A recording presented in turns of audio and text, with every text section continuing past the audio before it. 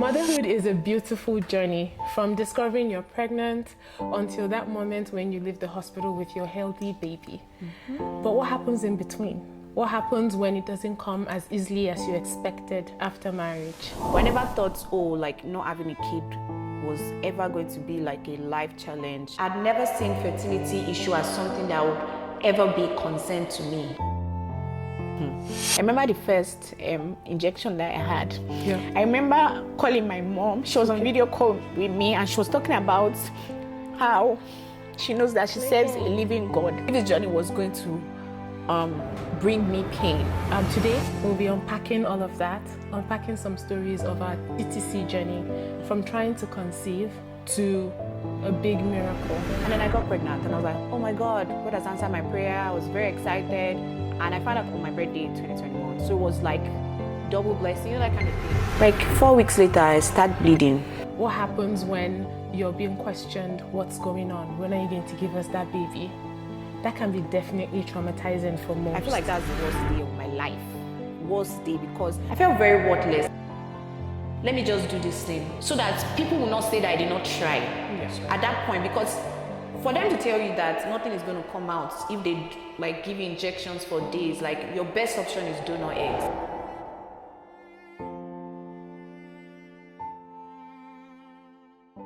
Today on set, we have the wonderful, talented, and someone I've known for the past 10 years, more than 10 years, Bimpe.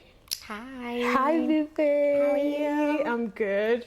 2 years in the making. Yes, so it's been a while actually. Thank this you. conversation has actually been a while. I know. And I'm so happy it's happening today. I'm so happy. I'm very happy. Thank Been you so much for coming in. Oh, it's fine. And for doing this. Okay. Tell me about yourself. Introduce yourself. A lot of people out there don't know who you are, who is sitting. They don't know the big B, not the middle one. Okay, so my name is Bimpe. I mean, you know. I know.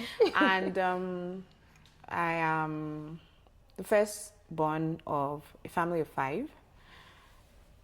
First girl as well. I'm married to an amazing man. I have a beautiful, beautiful daughter. She's going to be 2 in 5 days. Oh my God. Yeah. They grow so fast. So fast. I can't believe it. She's like talking and saying a lot of things. And I'm just like, what are you saying? That's amazing. I like to travel. Yeah, I know. I like to shop. I have amazing friends that indulge me in different interests that I have. I also feel like I'm also a very driven person because life has showed me a lot of things that made me like, okay, you need to sit up. I don't know. I think I'm okay. You're more than okay, Bimpe. Yeah. You're definitely more than okay. Yeah, thank you. Thank you, Chidima. Well, it's really nice to have you here, like I said you. earlier, and I can't wait for people to hear your story. Thank you. It's so inspirational, honestly, and I cannot believe how gracefully you handled it all. And I can't wait for people to draw inspiration from your story. Thank you. Yeah. Thank you so much. Yeah. Thank you for being amazing. Thank you. So my first question for you is, what's your fertility journey as a whole? Tell me about it. So you know how you're growing up and people are talking about marriage, kids and all of that. I've always liked the idea, but I never saw myself think, at some point I won't be able to have kids. It just wasn't part of, maybe I always think, I must not be poor or I must work hard. But I never thought, not having a kid was ever going to be a life challenge if I can put it that way. So I got married in 2017 and then, we started trying, it didn't happen. And then 2019, we're like, okay, we're going to move to Canada. Okay, let's take a pause. And then when we get here, we settle. And then we moved here, started trying again, nothing happened. And I remember August 2021, I'd had this prayer. Okay, so another thing I did say about myself, I think I can consider myself to a certain level quite spiritual. God is my daddy, literally. So I'd asked God, I'd prayed about it that, God, I want to get pregnant. And my birthday is coming September. And I want to be pregnant and I wanted my husband to have a certain kind of job. And I remember saying that and just trusting that God was going to do that. And then I got pregnant and I was like, oh my God, God has answered my prayer. I was very excited. And I found out on my birthday, 2021. So it was like double blessing, that kind of thing. And then, like 4 weeks later, I start bleeding. And obviously, when I saw that, as I said, I believe strongly, like, oh, I'm a spiritual person, so this cannot be happening to me. Yeah. And I went to the hospital. They had first told me, oh, let's just keep monitoring it. And then the day I feel like the third worst day of my life was when I got to the hospital and they were like, oh, we think you're having a molar pregnancy. We need to get you into the surgery room ASAP. And I was like, and I was there alone because my husband we didn't think it was a lot, and it was at work. I mean, he just got a job. And I remember sitting on the chair and I was just like, how is this happening to me? It felt like an out of body experience. Like, why am I going through this? Anyways, they took me in, they removed it, and that was when like the real issue started. From then, I also like now went through a process of, oh, we want to find out what's going on, why did I have this pregnancy issue, blah, blah, blah. Yeah. From there, IVF, from there, like just a lot of stuff, and then I had my baby. Yeah. So do you want the long version or the short version? I want the long version, Bimpe. Okay, all right. So afterwards, when stuff like that happen, you just have a sixth sense, like, oh, there's something wrong somewhere. Yeah. So we went to see the doctors. They're like, oh, we can't get into fertility clinic because they felt, okay, another thing about Canada, because they felt like we had not been actively trying for a long time. I mean, I've been married for 2017. How long can it be, right? Yeah. Just because I was not in Canada, they didn't refer me to a fertility clinic. So I had to go to a private fertility clinic to like find out what was going on. Mm-hmm. And then that's when they gave me, you need to do IVF immediately. Yeah. Now they didn't also tell me what was going on because that was also an issue that I had. Mm-hmm. And we're going to talk about how like the health system is very bad. And they just said, oh, you just need to do IVF. It's 25,000. Like, it now felt like, okay, you just have to do it ASAP. Okay, what's wrong with me? You just have a lot of issues and you just have to do IVF. Like, no explanation, like all the process, transvaginal ultrasounds, the painful things. Like, it was just a lot that period. But as I said, I just kept praying that, okay, God, you're in control of my life, you know, that kind of thing. So, March 2022, and I was like 4 months later, I like, okay, I want to go to Nigeria to surprise my mom. She was turning 60. Yeah. And then I got to Lagos and I was like, okay, in Lagos, Nigeria, like, let's just run some tests. Let's find out what is happening to you. I go into a clinic. I do some tests. And then they're like, I should wait for the next 2 hours to see what they can do, if they'll give me like answers. Like, okay, I have to come back 2 days later. Those 2 days, I'm not gonna lie, I was already crying. I was just like, my life. Like, I was in the hotel, I was like, gone. 2 days later, because also, if you remember, I only came to Nigeria to see my mom. So it was like, wasn't a planned trip. It was like, I was gonna be there for a week and I'm back to Canada. I go into the hospital that day. The doctor is like, I just knew there was something wrong. The doctor is like, so is there anybody that can be with you here? Oh I'm like, why? Like, just tell me what's going on. Because the moment he started saying it, I was already sobbing because I mean, I'm a crybaby. That must have been so scary. Horrible. Alone. Horrible.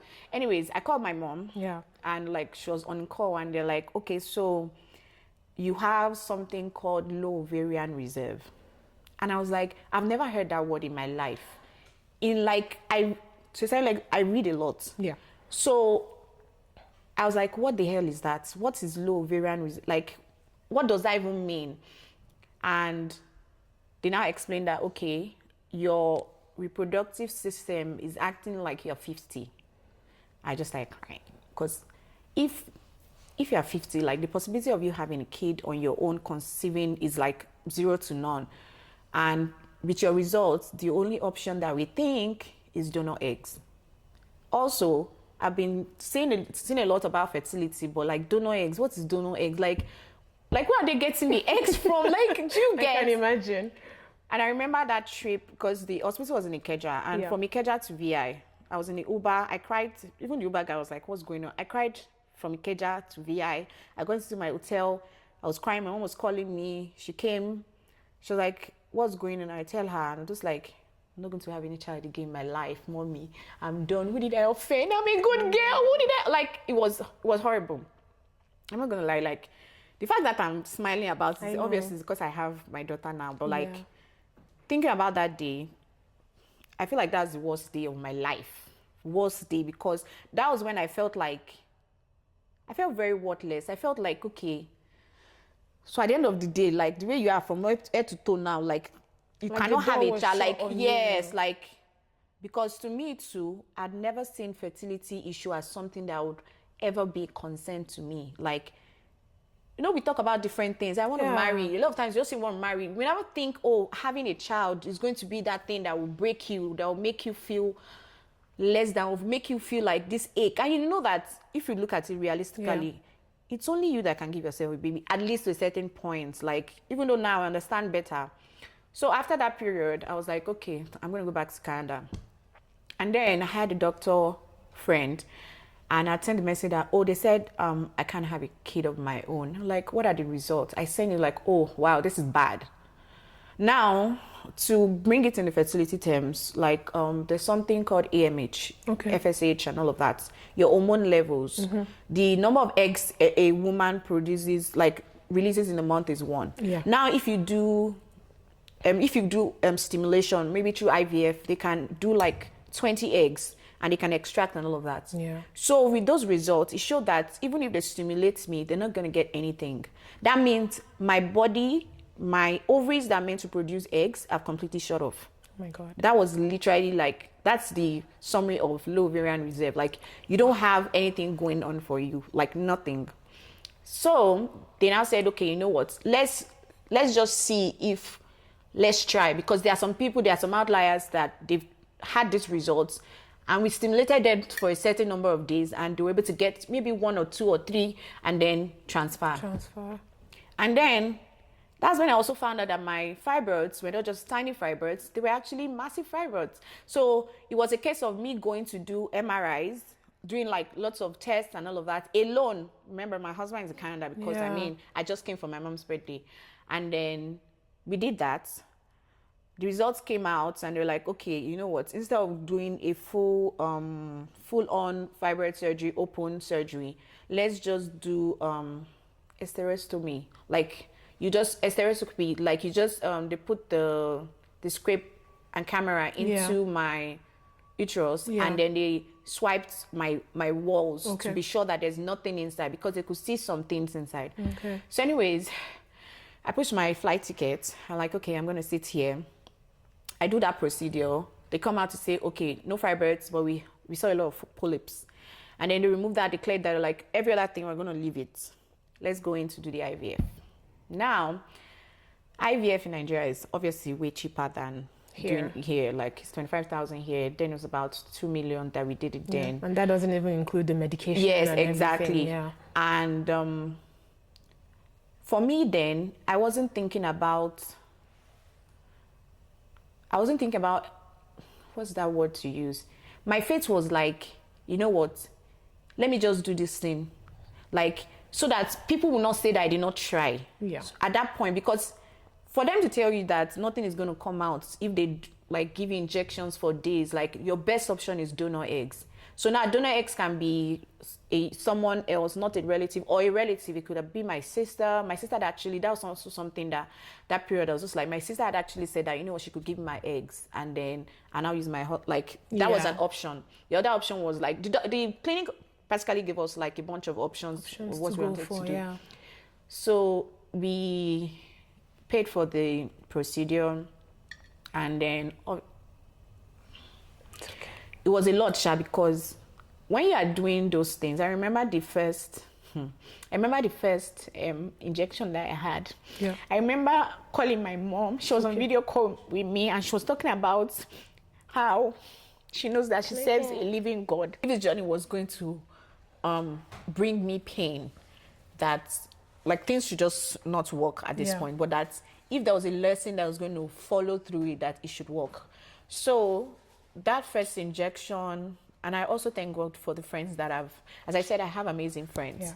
So I was staying with my friends, Stone and Lumi, in Lagos during this procedure. And I have to say that they actually helped me. Yeah. They encouraged me a lot, because they held me through that process. Yeah. Because I didn't it wasn't more about I mean, you get the injection, you flinch and all of that. But I think that period was more of what's going to happen at the end of this. Yeah. So they give you injections. On an average, most women do injections for 7 to 9 days max. Yeah. And by that time, you're going in every 2 days to check. They do transvaginal ultrasound to check, okay. Every 2 days? Yeah, to check how the eggs are growing, like how they're growing. Because at a certain point when they're about to release, like the normal woman cycle, that's when they now give you an injection that will trigger the shot, and then you release that egg, and that's what they harvest. Okay. Right? So, but a normal woman system, your ovulation, that period after the 2 weeks after, within that 2 weeks period, that's when that egg releases, and then a sperm comes in, and then you have like, do you get? Yeah. So they literally mimic the natural process that we, like a normal man and woman have. Yeah. So after the 8th day, they're like, okay, the eggs are not growing, so we have to continue. So I literally did, I think about 13 to 14 days of injections.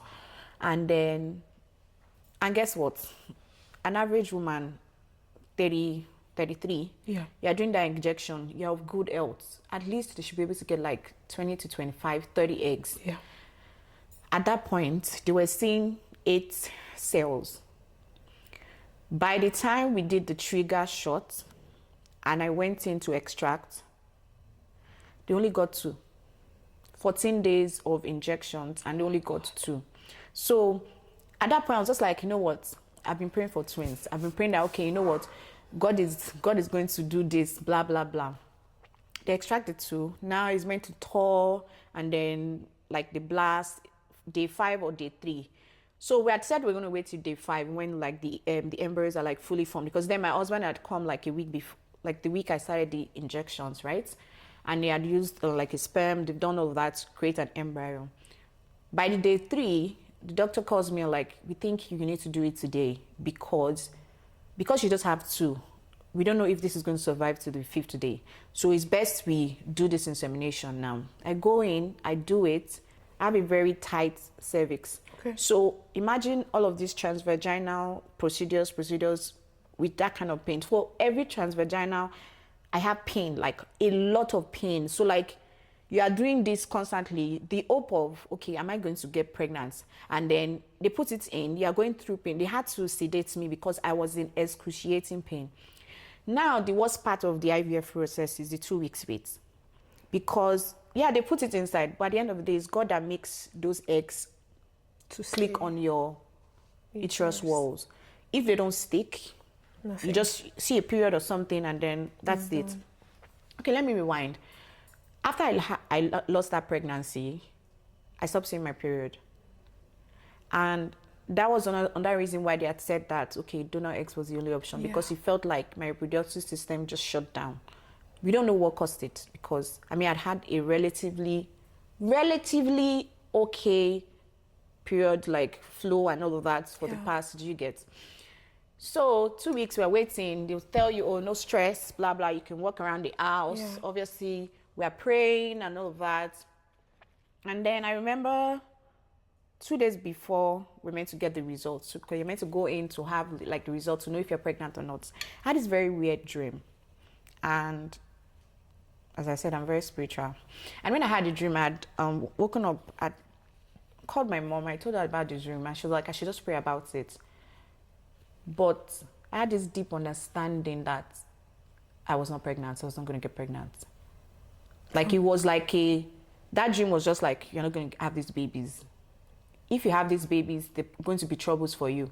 So 2 days after, but obviously at that point, it doesn't matter what you are dreaming, whatever the thought is in your mind, all you are focused on, you want to have a baby. Like you just want to have that miracle. Like that's all that matters in your head. You're not thinking of any other thing. Like, and I'm not the type that people pray for me. I like to pray for myself. I've been groomed that way. Do you get? Anyways, we go in that fateful morning after eating yam in the morning. We go in to do the test, and then they may send us a text message, and the clinic says negative. I remember I cried maybe like a minute or 2 minutes, and that was the end. It was as if I just like zoned off. It was July 3rd. I'll never forget that day, because we already said if I got pregnant, I was going to wait in Nigeria for like another 3 months just for me to make sure my body was. Okay. Immediately, my husband just said, we're out of this country. We're done. Like, we're not doing anything. Anyways, my doctor told me, if you want to try donor eggs, come back December. And I said, okay. So we left Nigeria. Now I came to Calgary for the first month. You know when you want to forget your issues? Yeah. And then all of a sudden one day I just sat down and just became obsessed with this idea of you must have this baby now. And then I went into a insanely deep dive into fertility diets, what can help your low ovarian reserve come up. Like there are a lot of theories, PRP, there are a lot of medical things that people say, and I feel like it's a lie, in my own opinion, because the percentage of people that actually have low, with the numbers that I have, I'll try to see if I can get the numbers on my phone, but like they're low, like 50-year-old, like a 50-year-old woman kind of like results. That is what it is. Yeah. So between September and November, first week in November, I remember I started doing Indian diet. I started eating some funny things, using like 10 pills, ashwagandha, inositol, inositol we talked about. Yeah. Yes. I started using like a lot of drugs, like in a day. I'm kind of person that for me to use paracetamol, I have to use Coke, something sweet, for you to know how much I ate drugs. So imagine, because I want a kid, I'm doing 10 drugs, I'm doing all of this, and I became very obsessive about it. What I feel was the turning point for me, I'd seen a testimony online, and it wasn't even about fertility, it was about the person's husband, health. And the person was like, if God wants to do something for you, he will do it for you. It doesn't require an effort from you. No. And I was just like, and that was when I just literally stopped. The drugs, I packed it up. I even just recently threw out all the Indian diet food. Like, I can prepare a fertility diet meal based off what I researched, right? And I stopped. Like, I was just like, I'm not doing this anymore. December came again. Like, my doctor in Nigeria, some families were like, oh, do you want to come back to Nigeria for donor eggs? And then we have been saving up. I was just like, Marty, I don't think I can go through the mental stress, not the physical, but the mental part of it. Yes. Because I don't think we don't talk a lot about the mental aspect of it. Like, I feel like it's more painful than even the physical thing, because I completely agree. You are just like open for what? Not nothing, but like you just have to hope. Exactly. Yeah. Like, you just have to, like, at what point will it happen? You get. And then I remember telling my husband that, you know what, this money we've saved, let's go and buy a house. Nice. Yeah.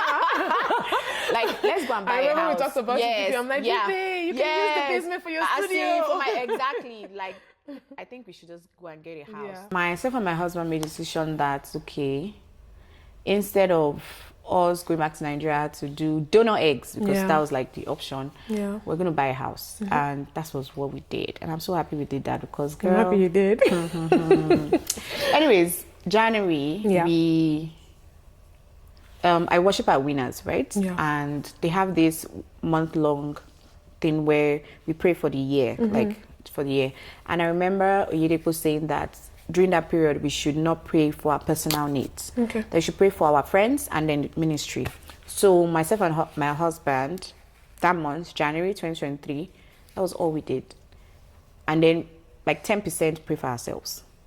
And I don't know what happened. Yeah. Because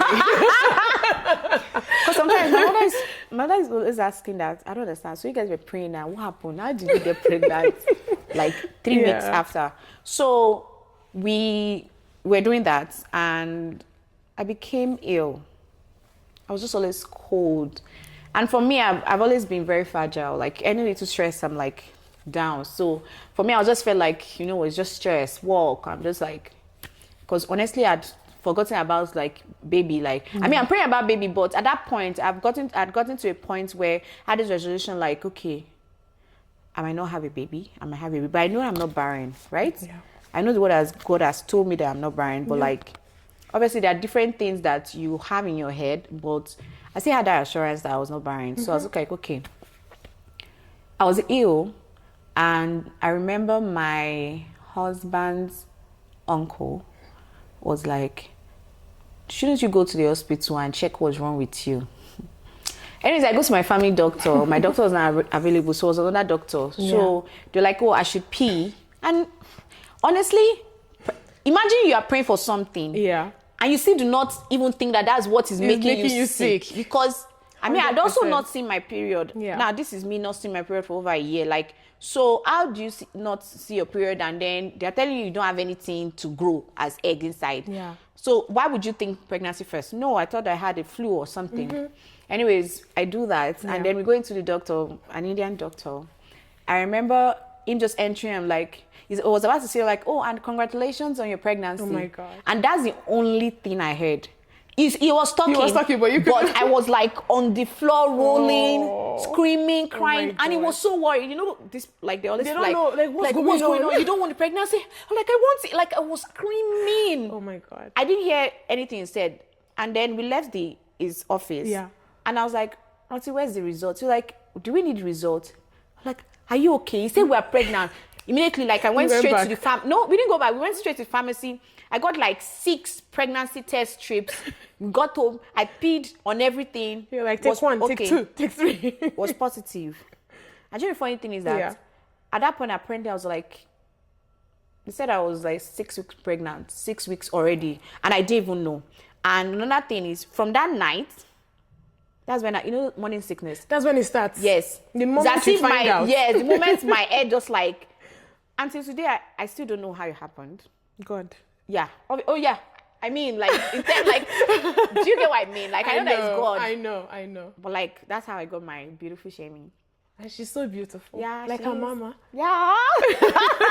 Yeah. One thing I really love about your story is at every point you've mentioned God. God. Yes. The God factor in everything. And I love that so much.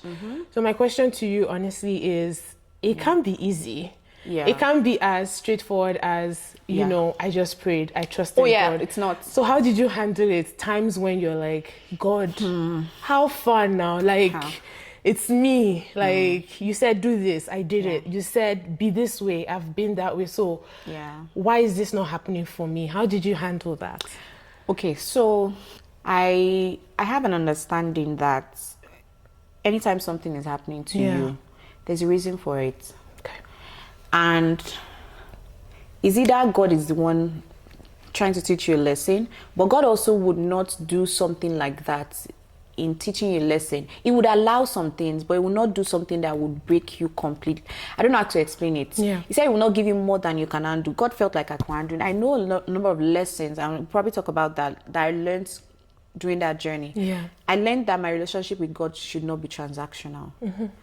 That, oh, because I'm doing this, God should do this for me. 100. Like, I know that one of the reasons I got Shemilori was because I left it totally to God. Every other thing I was doing was literally like, oh, I can use the science that, it's important. Because IVF, I'm going to say, like, IVF is amazing. Yeah. It's helped a lot of families, and I'm grateful to God that He put the wisdom in their head to do it. But for me, for my journey, God wanted to show me that you can do everything, but when it's my time, I'll do it at my time. Yeah. So I know that now, for instance, for my business, because of my experience in fertility, when I want to do something and I ask God and I don't feel peace, complete peace. When I was doing IVF, I didn't feel complete peace, but I wasn't thinking about peace. All I was thinking about is I want to have a kid. Like, honestly, it will overwhelm you. The only time I had like a form of interaction with God was probably the dream before I found out I didn't have it. I was not hearing anything. I wasn't feeling anything. I could not have that complete relationship with God, because when you're in that state, you are muted. Like, so I know that journey taught me that I need to just rest. Let it go and just let it go and let God. It's very hard. I'm saying it now because I have Shemilori, but it's not easy. Because even my business right now, there's some things I want, but I know that I've not had that peace to go ahead to do those things. So I'm not going to do it. Now I've learned my lesson, because I wasted all that time in like the emotional, everything. My family was also hurt. Like my friends cried with me. Like you guys, you all went through the process with me. Do you get? So like, it wasn't just me. It caused like pain. But imagine if I had not done it, I just like, you know what, God, maybe I would have gotten my daughter earlier. So for me, and it's very different for everyone. Yeah. Learning to just trust God. And letting it all go. Because at that point, that was why I was just like, completely. because it was that thing I heard, like when God would, it was that testimony. Yeah. And the thing is, that's why I also say, like, I love when churches allow people just share their testimony fully, because I listened to that testimony and everything, she was just like, when you just let God take control of your life completely, like asking him, okay, before I do this, like, should I go ahead? When you have that peace, then you go ahead, because you can start it. And funny thing is, God is faithful. He allowed me to go through that process. But he knew what was coming. And he kept me. He gave me strength. Yeah. Because honestly, there are random days where I'll just fall and start crying. Even though I was like, I'm not going to do this thing. But there are days where things would trigger. Like, that's when I started my maternity stuff. And I was happy doing it because I now appreciated, like, for you to have this pregnancy, it's not ordinary. Yeah. So I appreciated that as well. Like, so that journey just made me appreciate, like, the idea of conception, that because a man and woman sleep together, that's not it. Yeah, it's just easy for you, but that's not like the bane of, like, you having that child. Is really God. So, it's really God. Yeah. Honestly, completely, really God. Thank you. Yeah. And how did you deal with, you mentioned friends crying with you and family, right? And I don't know, I'm Igbo. And there's this, as an Igbo, bride or whatever, the minute you get married, when are you bringing baby? That's in 9 months. How far now? It's been 1 year. Yeah. Or the random, you're at a baby shower and you say congratulations. Oh, it's your turn next year. Yeah. Okay, thank you very much. Things like that, like subtle things that people do at some point, and they don't even know. You learn to shut it out. Okay. Obviously, there are times where people had said it, like, there's some family that also said some things that were very hurtful. Like, to this day, it still stings, but you just have to let it go. Okay. Because if you dwell on it or in it, it would ruin you. Yeah. You can't let it, like, you can't let it. And also, I'm grateful that I had friends that, even though some were married, some were not married, they held me. Like, the constant checking in on me. Like, they were also cautious with the way they shared things with me. Yeah. Like, I had a friend that was pregnant, and because she wanted to tell me that she was pregnant, she was like, Bimpe, I want to talk to you about something important. How are you mentally? I like the fact that she told me that. So immediately, first thing that came to my mind, like, oh, she's pregnant. But I appreciated the fact that she gave me that notice. That grace, she could have just called me, like, Bimpe, I'm pregnant. And then the next thing, I'm like off the phone and I'm like, quiet. I remember, like, when you had that conversation of the loss and all of that, and how do you get, because there's some news you share that people just retract, not because they don't love you, but because of the emotions that brought to them. So, like, having friends, like, they help you, like, having friends that have sense, obviously. Intentional and friends, then knowing how to manage family relations, because if you're a woman, they actually, like, we're Nigerians, they expect us within the first 2 years you must have a baby. That's the sign that marriage is fruitful. There's this thing about this notion out there, like as if marriage is only for children. Do you understand? And without it, you failed. You just need to learn how to shut it. And obviously, another thing that I think to a certain level helped, my husband was also helpful in that way. Like, he actually is an amazing man, but, like, the fertility journey made me realize that, okay, yeah, this guy is my G. Do you get? Because he helped, it kind of, to a certain level, he protected me against those questions. Do you get? Like, just, you know what, she's here, like, you guys are here, do you get? So I didn't feel it that much. At least some people will still find a way to sneak it in, but, like, it wasn't, like, in my face, do you get? And also, I'm also very good at removing myself from situations that will make me feel some type of, because there's some comments that will make you feel like, how is this happening to me? God, you know, that kind of thing. So, like, and then you were talking about, the healthcare system here. That's something that drives me crazy, honestly. And I'll get to my story some other time. But honestly, like, how did you navigate, the referral system in Canada? It's horrible. It's horrible. And I also think that they don't have empathy. No. Especially the private ones. I mean, like, even private and public. I have an amazing family doctor, but, like, the gynecologist they referred me to, the private clinic I went to that I paid thousands out of pocket to do those tests, they are horrible. I don't know if they are trying to just, I just want to do my job and get out. But women going through fertility issues are the most vulnerable people on this planet. I can say it anywhere. And that is not the time for you to just be like that or to not tell me. Imagine I go to you like, oh, what is going on? You don't tell me. You just say, oh, you're having issues. Your husband is fine, but you are having so many issues. Or your husband has this. The wife does not, like, you don't give me the full picture. What's going on? Until I had to go to Nigeria for them to explain clearly to me, okay, this is what is going on. I had to learn all those things. You just said, I was just going to do IVF. Meanwhile, actually, the IVF was not going to work.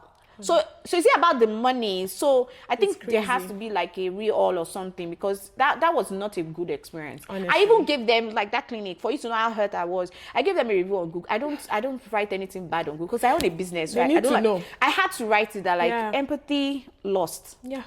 Like, they treat you as a number, as a statistic. Yes, you're here. I feel like at the end of the day, that can have a kid, go and adopt. Or, you can't have it. Oh, try. Like, I don't know if it's a cultural thing too. I don't think it's cultural. Maybe they don't, because the new gynecologist I work with now. Yeah. And the funny thing is, so after I had my kid, they had told me that 6 months afterwards I had to come back and do some tests because fibroid during pregnancy was horrible. Okay. Like horrible. Started having fibroid generation. I was in the hospital for like days. So my new gynecologist, I did some tests. I have more fibroids now. The current low ovarian numbers they told me, they're worse than even when I had Shemi. Like horrible. They're like, so before it was like 0.3 something. Now it's like 0.000000000. I mean, that means, as they said before, I cannot have a kid. That's their report. Exactly. I got a good God. Yeah. But the way she talks to me, the way she communicates with me, the way she tries to explain things. Oh, I think you should do this. Yeah. I think you should take this drug. I think you can do this for yourself. Yeah. I think you can do this for your premenopause symptoms and stuff like that. I can see the empathy. I can. So I know that it's a personal decision. If a gynecologist, I don't think it's something they can do, but nobody's enforcing it. Nobody's talking about it. Yeah. So I think, I don't know, there has to be a change in that. Honestly. Because empathy is really lost. To add to that empathy part, like, I had the doctor once tell me, oh, you haven't even been trying for more than 2 years. What? I know some people that have tried 5 years, 10 years. Is that meant to make me feel better? I'm like, I should wait and try for 10 before I start, doing something about it. So and that's another thing about fertility. Some people, and I don't know if this will offend people, some people have glamorized waiting, in the sense that they make people that you married a year and you're waiting, they're not like, oh, it's not a big deal. It's just 1 year. As far as someone has a desire and they don't have it, that's waiting. It doesn't have to be 10 years. It doesn't have to be 15 years. Some people are going to 15 years. It's also a lot. It's crazy. But that person that has waited for a year or 2 years, it's ridiculous. Doesn't make you less, more like, oh, you're in more pain. Or like, 100%. Everything is bad. Yep. Do you know how many circles a woman goes through in a year? Exactly. And every circle you do get a test, no. and it's a no. You do another test. So every month that you see your period is every month that your heart breaks, that it hasn't happened. Yeah. And then you're thinking, oh, it's your diet. Oh, okay, you need to lose weight. Oh, okay, stop using perfume. What did I do when I was young? My enemies are after me. Oh, was it that boy I was dating? Exactly.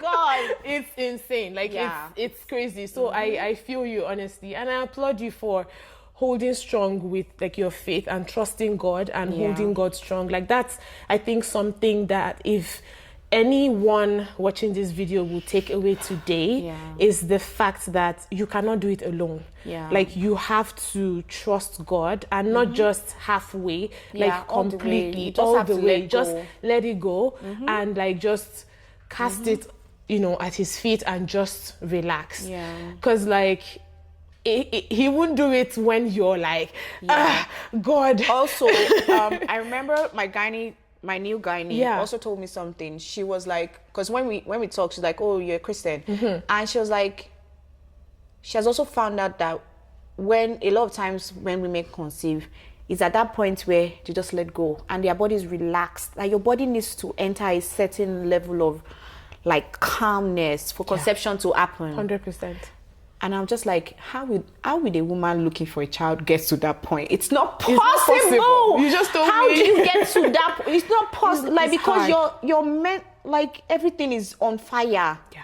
So what were your coping strategies? Like, how did you okay. handle those mental stress and... So I traveled. I remember after IVF failed, that December 2022, I came back, and then my girls were like, okay, let's go to Jamaica. And I was like, nice. let's go. And I remember that trip, Shiloh was happening. I was in Jamaica. I was dancing and I was listening. I was like, God, you're going to do it for me. And I'll cry and I'll be like happy. But like, I had that. Also, I started shooting more maternity clients.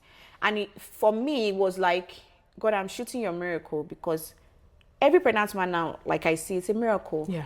I'm shooting your miracle, and I know you're going to do that for me. So I felt like it didn't bring pain to me. I saw it as, oh, this person's testimony, I'm going to have mine soon. That kind of helps me. You were tapping into it. And then I like to dance on my own, like just relax. I like going out. So I try to find things that not necessarily would bring me out of not seeing babies or pregnancy, but like, I tried not to let it get into me too much. I think it was a prayer. I had to pray to God that, God, please give me give me joy that can just make me continue living without like feeling so overwhelmed with this thing that I'm going through. And I think that kind of helped. Like, things just started coming up, work and all of that. So yeah, I think that's fantastic. Yeah. How was the pregnancy phase? Like, how Horrible. was it?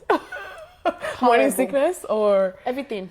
I can imagine. I used ondansetron. That's like the drug they give cancer patients for like nausea. Yeah. That's what I used from the beginning of my pregnancy to the last day when I had to go do a C-section for my baby. Oh my God. Like, it was that bad. And also, remember I mentioned fibroid degeneration. Yes. So like, I've never in my young life, I never had fibroid pains and all of that. And all of a sudden I'm pregnant, and I could literally see like the fibroids like pop up while my baby is moving. It was horrible. I was always in the hospital using morphines while I was pregnant. Like, pregnancy was horrible. Like, sometimes my husband says is that it was traumatized by the pregnancy period and even like our fertility journey, like looking for a baby, like, because every morning I'm throwing up and it's like, hey God, she's not going to lose this pregnancy. Like, so there was that. I didn't have fear, but it was just tiring. Yeah. It was very, very tiring. And I remember the day that I had my daughter, I feel like that was best day of my second best day. The day I found out I was pregnant was the best day. Because I knew that the fact that God gave me this one, I'm not going to lose it. Yeah. And then the day I had her, like, nah. And I was just like, hey God, this is my child though. Hey! What are her names? Her name is Shemilore. What does that mean? So Oluwa Shemilore, God has done me a favor. And he did. He did. He Big did. time. A big one. Beautiful, fine babe like that. Like her mama. Yes. Yeah, but I think God, There's something you didn't talk about in your coping moments that I want to talk to you about, and I want you to speak more on it. Okay. You had a page. Oh yes. So I found that like very, very inspiring. Like when you opened it up to the public. Yeah. So that page was like I did it when I had first pregnancy, because for me, the fact that I prayed to God that I wanted to get pregnant for my birthday as a gift, and I got it. It felt like, oh wow. And then I'd done it. It was just private, just myself, where I could just put my thought. And I'd never done any form of journaling before then. And I remember when I'd lost the pregnancy, I was just like, why am I going to post on this? I'm not going to post on this page anymore. And then one day I just like, you know what? Why not just post like just random things about this thing? Also, unconsciously, when you are looking for a child, you just start doing research. You become a deep professor. So like, and you know, with the algorithm, when you type something, low ovarian reserve, that's what just starts showing. Up, and before you know, you just get into it. So I know seeing those things and women also sharing their stories, like I found enough. I have a friend, she's in Ontario, and we've never met, but we talk a lot. And she was also going through that. Yeah. But she was doing her ads in Canada. In Ontario, they offer half of the payments for IVF. Oh wow, through the government? Yeah, through the government. Nice. We don't have that in Alberta. We don't have that here, yeah. And I remember she used to talk about her journey, the injections she used to use, drugs. I shared my Indian diet with her. She would tell me, don't do this, do this.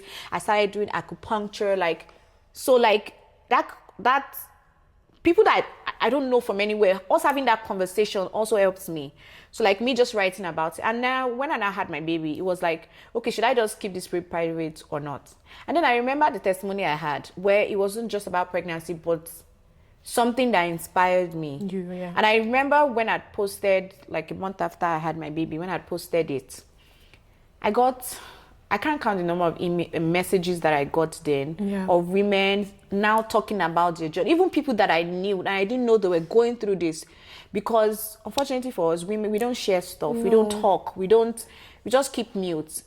And fertility was something that I used to feel like, hey God, it's just me. God, everybody's having a child. You get, but like, there's actually a lot of people going through this.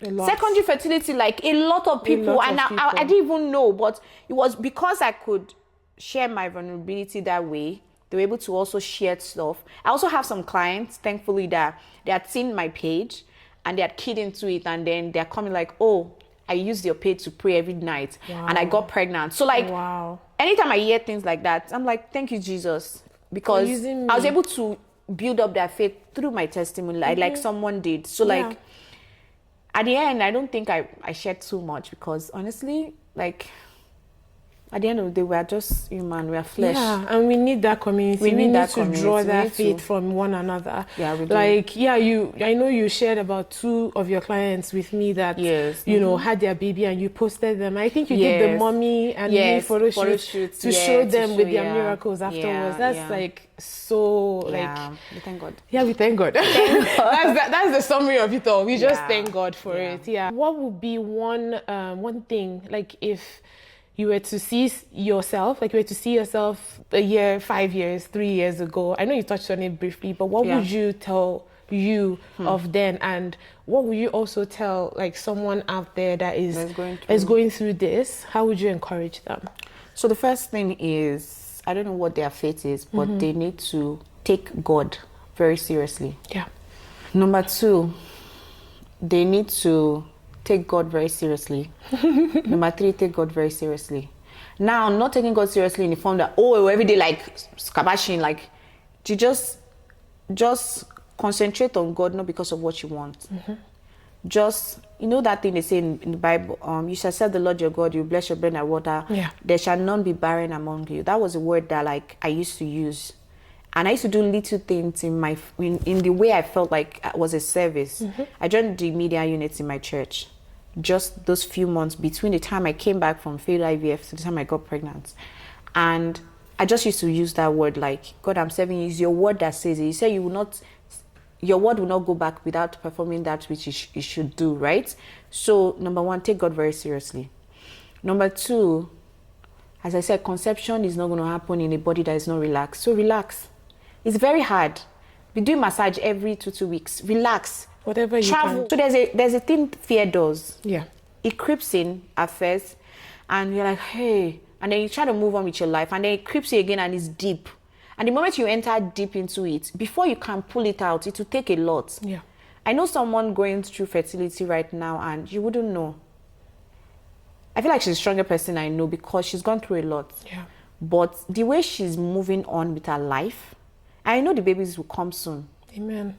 But like, it shows strength. Like, I know it will happen eventually, but like, obviously it's not happening right now.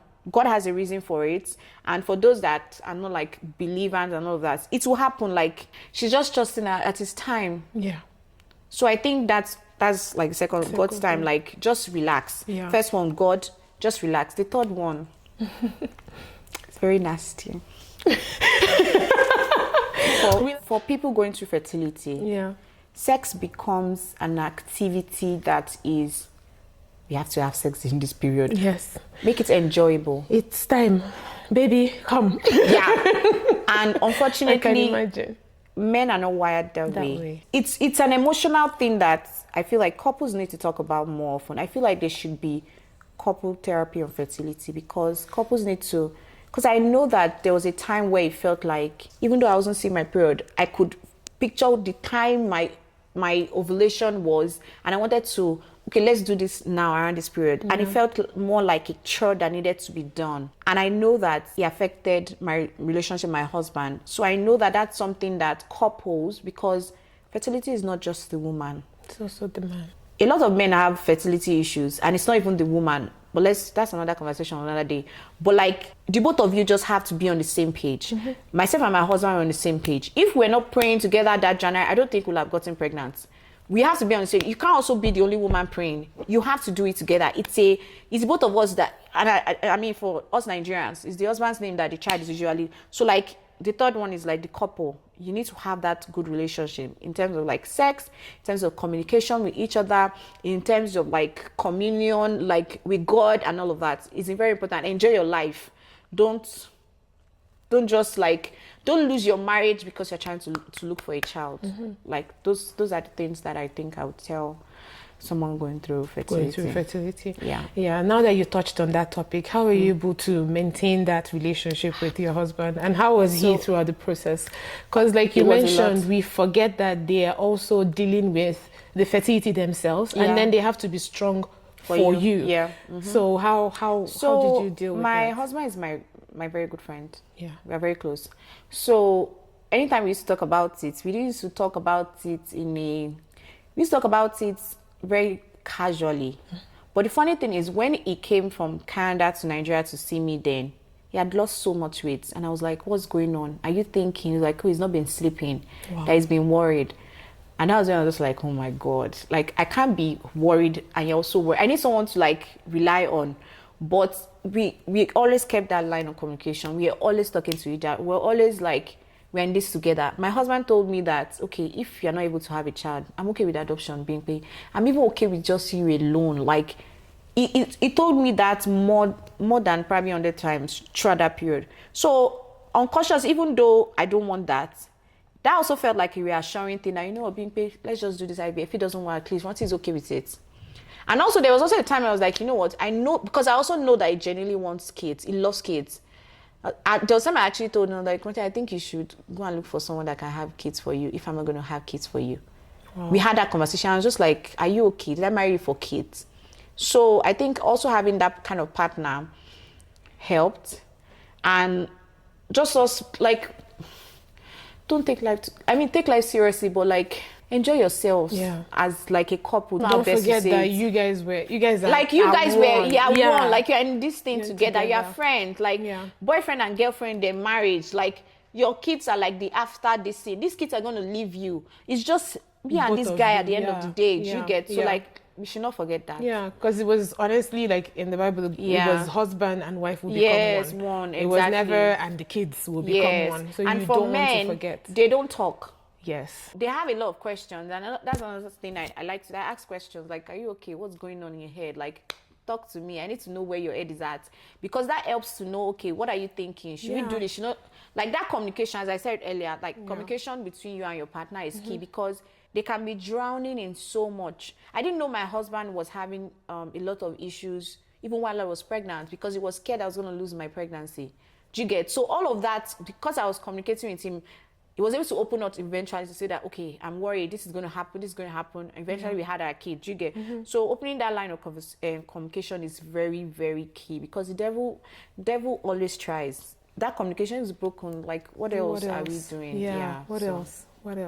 So how are you today? I'm fine. I'm good. I shared this with a friend recently. When I got the new results, and it was like 0.000000000. And she was like, so what are you going to do about it? And I was like, nothing. I'm not going to do anything, because I don't think there's anything I can do about it. I can't change back those numbers. There's nothing I can do about it. So the only thing I can do about it in terms of my health, which my gynecologist is helping me with, is premenopause symptoms, managing it. Like, I'm like 45. That means for last video yesterday, she was like, I'm 45. Actually, I'm 45. If you think about it, like fertility-wise, right? So sometimes it comes up. But I don't want to use the word I don't care, because I have a kid. That's more than enough. Anybody that wants to come right now, and I don't think there's anybody that goes to come and meet me and say, why are you not having a second kid? Like, I already have a kid. I'm not barren. Like, I have a kid. What else do you want? True. I have a kid. Like, that's my response to anything. Like, oh, I have a kid. I'm not focusing on the results. I'm trying, but we have also said that if it doesn't happen, if it happens, you have shamey. Like, I have shamey. Like, I have a kid. Like, so I'm not looking for anything. The reasons we did the test was because my doctor was, I mean, she's concerned. She has empathy. Like, she's like, okay, what's the next step? What are you doing? Yeah. Do you want to remove the fibroid so that in case you get pregnant again, we don't have the same issues? But now she's like, oh, you know what? Leave it. Let's see if you get pregnant again. Like, we've also told ourselves that if you have a kid again, fine. If you don't, I'm okay. Let me focus on my business and become a billionaire. And buy Shami like 3 houses before she's 18. Okay. Clock and it. like, I mean, that's Gen Z, clock it. yes, like let me put my focus on something because fertility can drain you. Yeah. It will suck you dry. It will suck you dry. Like, so that's all I'm doing right now. Speaking about business, in Canada, maternity leave is non-existent. Yeah. For business owners. Yeah. So, and you're not the typical 9-to-5er. So how did you handle that? How did you... So I was at home for 4 months. Oh, okay. And after 4 months, I went back to work because, I mean, I'm an entrepreneur. Like, nobody's paying me. But another thing I didn't mention, when I had my child, I love her, genuinely, but it felt like I didn't want to be too obsessed with her so that I don't worship her than worship God. I don't know how to explain it. So it felt... I had to speak to a therapist about it because at some point I was like, I love my daughter, like, but what's going on? Like, the way I thought I was going to feel after, like, as she was growing, I didn't feel that way. And she was like, because I was looking for her so much that I don't know, there's an English you use, I don't know how to explain it, but like not detachment. It's not detachment. I'm not detached from her. She just said there was just something that when you're looking for something all along and then all of a sudden you get it, it just feels like, okay, she'll be fine. And I literally ran straight to work. I felt like, okay, I'm done with this. Boom. Next. But all of a sudden, like 6 months into coming to work, anytime I don't see her, like, I say feeling some type of way. So I don't know. I think Canada should do something about self-employed people. Yeah. Maternity, they need to pay us something. We're paying taxes. They should help us, please. Actually. That's number one. Number two, when I get pregnant again, I would ensure that at least I take nothing less than 8 months. 6 to 8 months. I would try my best. Like, I'm trying to bring my business to that point where I'm not there and it's running. And I'll be able to take that break because that break is very important. It's needed. 100%. But I can't say that I was not without help. Okay. Because my mom was with me all through my pregnancy till I had my daughter. And then my husband too was also very amazing. So those things helped. To go back to work and like push through. But like, that's it. Yeah, that's good. That's fantastic. And then the therapy part, the mental health part of things. I'm glad you saw a therapist about it. Like, it's not a taboo. As African women, we need to be open to seeing a therapist. Use your benefit if you're employed. You have insurance. Like, like, speak to someone. Go to therapy. Yeah. Like, and it was a friend that encouraged me to do that, actually. She was like, Bimpe, sometimes when you talk about these things, you don't hear yourself, but it seems like you're going through some things and you need to let... And the first one, I remember I was just wailing, talking about some of these things that I went through. And I didn't even know I had so much pain in me. Like, it was like I was letting go of all of the pain I went through from that moment where I lost the first pregnancy. Did you get, like, so it's very important. People should definitely seek help. Seek and help. Trust, like also have friends that you trust, that you can confide in. And then I think that's also a time for you to bond with your mom if you can, and you have like a good relationship with her. Oh my God, Bimpe, thank you so much for honoring my invitation and for accepting to share your story with me and with so many people that are going to watch this video. I really appreciate how vulnerable you are and where we're telling your story and the entirety of this video. I really appreciate it. And thank you. I just want to say a big thank you. Thank you so much. I'm happy I was able to share. I'm also happy because I believe by the grace of God, like, people would glean a thing or two from this, and it will help them know that, like, God can do it. They're not alone. Because I know that if I had people of my color talk more about this and don't just... Because the tradition is just to share, oh, I had a baby. Yeah. But I mean, you went through a lot to have that baby. And I mean, I understand also the parts where some people don't want to share things for personal reasons. But when I was going through this, it was mostly Caucasian women that I saw sharing their story, and And I really hope that this conversation, as you've done this, also well done to you Thank for you. doing this, because it's very, very important what you've taken on. Being vulnerable as well, sharing and listening to our stories. And I hope the best for you, baby Thank girl. you. Thank you. Mama, say me. Yeah. All right, thank you so much, guys. Don't forget to subscribe, like I said before, if you want to see more real, authentic videos like this from women who have walked this path. Yeah. Please click the subscribe button. Don't forget to like, and I'll see you in the next video. Bye. Say bye to my people. Bye. Bye.